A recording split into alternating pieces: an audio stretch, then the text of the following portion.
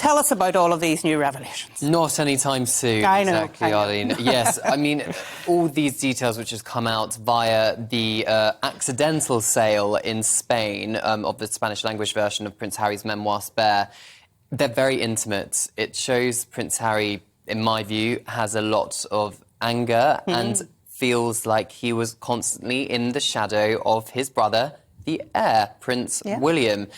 Obviously, we got that first revelation via The Guardian yesterday that him and Harry had a bit of a scrap, a bit of a fallout, which allegedly involves Prince William grabbing him by the collar, pushing him to the floor, which made Prince Harry allegedly hit a dog bowl, crack it and injure his back. And that's what I thought would be the worst bit of this book in terms of the most sensational revelation.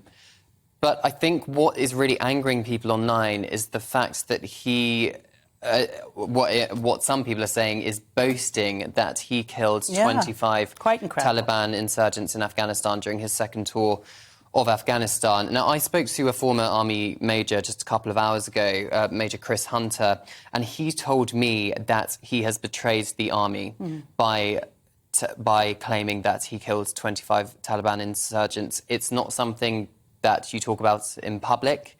It's very distasteful, in his words. And from looking online and from the various commentary around this, that seems to be the overall view.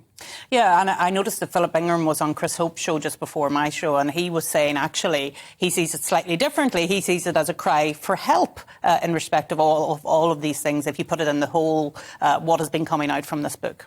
Yeah, Prince Harry, from the blurb of the book, he talks about his experience walking behind his mother's coffin when she died in 1997. We haven't seen that particular extract yet.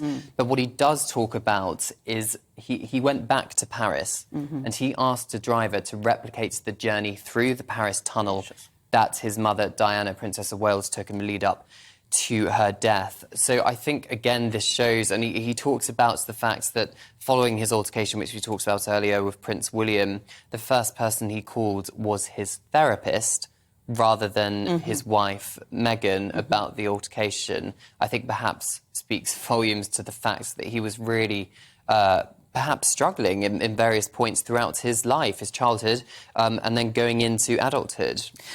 But again, people online and on shows like this are talking about the fact that if you spoke to your therapist in that instance, why didn't you speak to your therapist when Meghan was crawling out for help and she said there was no help available or surrounding her? Yeah, there's a lot of inconsistencies here. If we remember back in the Oprah interview in 2021, Meghan said there was a lack of help for her mental health struggles. It's an allegation she repeated during the Netflix documentary series, which aired in December.